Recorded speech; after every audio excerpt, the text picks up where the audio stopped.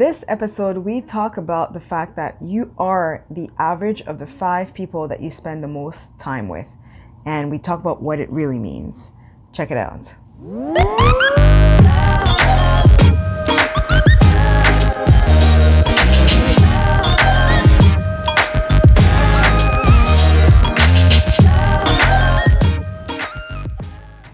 Welcome to another episode of Same Page. We're your hosts, Sarah Simajus, and I'm with my husband, Lenard Simajus. Today we're talking about the fact that you are the average of the 5 people you spend the most time with. And I know we hear a lot about that, and in the past few years, I always heard that, no matter, it's like a common quote that people make, but I never really understood what that meant. Like, what do you mean you're the average of those people? And they talk about your income will be the average of the 5 people that you spend the most time with. And I always thought about, like, how does that happen? And the more I'm more conscious about the people I surround myself with, the more I see how that happens. So today what we wanted to do is sort of break down how that happens, how that comes about. Why do you make the same income as, you know, the 5 people that you hang around most with? Why do you dress like them? Why do you sort of eat the same things, etc.? And I just want to talk about how that really comes about. Have you noticed how sort of this kind of phenomenon really occurs? I definitely do, and it comes down to the fact that we're creatures of habit. And also that we easily compare ourselves to other people. That being said, a lot of times when it comes to the friends or the people that you hang out the most, whatever they consume, you end up consuming as well. And consuming is kind of like a loaded term. In this case, it means a lot of things. Whether it's the food that you eat, the neighborhood you guys live in, as far as consuming or purchasing properties in a certain neighborhood, whether it be the clothes that you wear, or even the consuming the content that you listen to or watch. A lot of times, for example, you'll go over, you'll get together with some friends, either go to lunch or just go over and hang out. And then one of the first things that comes up usually in the conversation is like, oh, like, have you seen such and such so? And then maybe that's not something that was necessarily on your radar, but then when you go back home, it's like, oh, you know what, so and so talked about this show, so you know what, I'll give it a shot and actually watch it, right? And then you end up, consuming that same material that these ones that your friends consumed. Yeah, there's definitely, I think you touched on a lot of different categories. So let's start with the first one. You talked about content, right? Yeah. If you're hanging around with someone and they're constantly mentioning, did you see the show on Netflix? Did you see Love is Blind? Did you see this movie that just came out? And you may say no, and they may tell you like how awesome it is. Yeah. And then you say, oh, you have to check it out. And you may or may not be interested, but the fact is, the next time you go on Netflix, you'll probably remember what your friend mentioned and say, oh, you know what, let's check it out and let's watch the same thing. Or if your friend mentioned something educational on YouTube, you're more likely on your free time to say, when you're browsing YouTube or whatnot, say, oh, I remember this motivational or educational episode that they mentioned, so let me check it out. So the more people, it could go one or the other way, right? One way or the other. If they mention something entertaining and what I consider junk food, in terms of like junk food for your brain, like just something that it's entertaining but doesn't necessarily lead to anything educational, I guess, then you're gonna consume the same things. But if your friend mentions constantly things that are will basically help you with your personal development, you're gonna also end up watching the same thing and probably doing what the person said in that motivational speech or that educational speech. So that's content. Yeah. Let's talk about food, because I feel like food is a big one. I know for myself, if I'm hanging around a friend and they're mentioning a recipe, you should try this, meat lasagna with cheese and whatnot, then you may want to try it the next time you're thinking of an idea of what to make, right, Yeah. for dinner. Or if they mention this lentil meatloaf or lentil loaf, I guess it's not meatloaf, you may try that. Or a dessert that's just plant-based, you're gonna try that instead.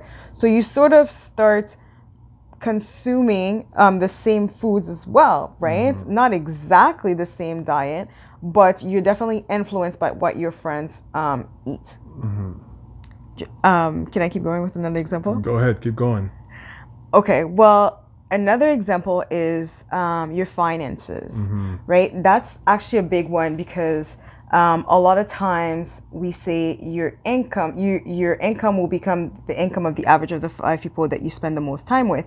And I always thought, well, how does that come about? And for one, when you have friends, you're more likely to spend your money on the same things, right? When you go to restaurants, if you guys go to a very expensive restaurant, or if you tend to just hang out at home and just kind of do a potluck style, right? Or if you guys go on vacation together, so you're more likely to spend the same amount on vacations. And another example is the type of house, the type of dwelling that you live in. For example, if your friend has a 3 garage door house, then you may want the same thing. You see how much space they have and all the bells and whistles that they may have in their garage. You also go in their kitchen and you see how big it is, and you look at their countertop, how nice it is, and you think to yourself, I may want the same thing. So definitely what you see in your surroundings the most often is what you also want to have. And if all these things cost a certain amount, you end up spending that same amount on your house, right? Even on your car. I've seen it happen where, one friend buys a Lexus and then the other friend either buys a Lexus or a car that has around the same price, right? So you definitely end up either saving as much as your friends do or spending as much as they do, and if they're investing, you end up investing as well. So that sort of like dictates your overall wealth, and that's how you end up having similar wealth or similar income and spending habits as the 5 people that you spend the most time with. Lastly, you even start dressing like them. Like, I remember when a friend came over and they were wearing this cool shirt, and then I asked her, where did you get the shirt from? And she told me, and I went later on and I went to purchase something similar than she had. If it's from like a certain company that online company, then I'm more likely to go and purchase from that same company. So not only your income ends up being very similar, you end up dressing up the same, you end up even going to the same gyms. Where I used to work, one person was going to Greco, and we pretty much all the office ended up going to the same gym. And why? Because obviously one person gets influenced by another, and we talk about pricing. Oh, I can afford this. This is very convenient. And you end up doing the same things, right? So it is very, very, very important to hand select your surroundings, your friends, your allies, because you are, whether you want it or not, going to start doing the same things, spending the same money, buying the same stuff as they do.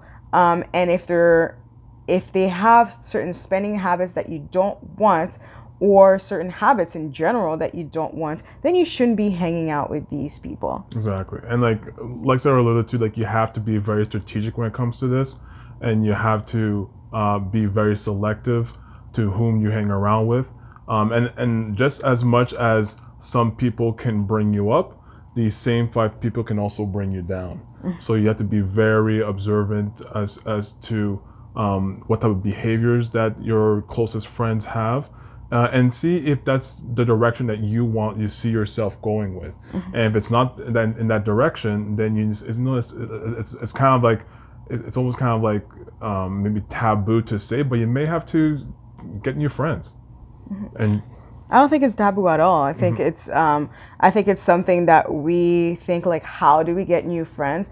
And Leonard and I actually like thought about that for a while. Like, we wanted to surround ourselves by people who were building their wealth and that who were ambitious. And sometimes you just have to pay for that to be in that group. So if there's already a group, but it costs us to be part of that group, then just pay. I think the return on your investment will be probably tenfold. So just find those people. And if there's one thing that I wanted to mention is that if there's a certain behavior that's sort of, let's say you're doing a behavior that's like out of the world, or you're the outlier, let's say, in your group of friends. For example, if all your friends wake up, roll out of bed, and at 8:45, and they log in to go to work at 9 a.m. and they just barely brush their teeth, wash their face, and log in, but you're dedicated to waking up at 5 a.m. to exercise, get your morning routine going, have a good breakfast or meditate or whatnot, whatever you do in that morning, and then you log on. When you tell your friends, they're gonna think, well, that's crazy. Why do you do that? Like, what are you trying to accomplish? So you're gonna feel like an outlier and kind of like, why am I doing that? So that behavior is not normal for that group of friends, right? So sometimes, let's say you end up sleeping in one day, or you wake up at 5 and you're super tired. You are more likely to say, well, you know what, nobody's doing it, and like, what am I really accomplishing? And then you go back to bed.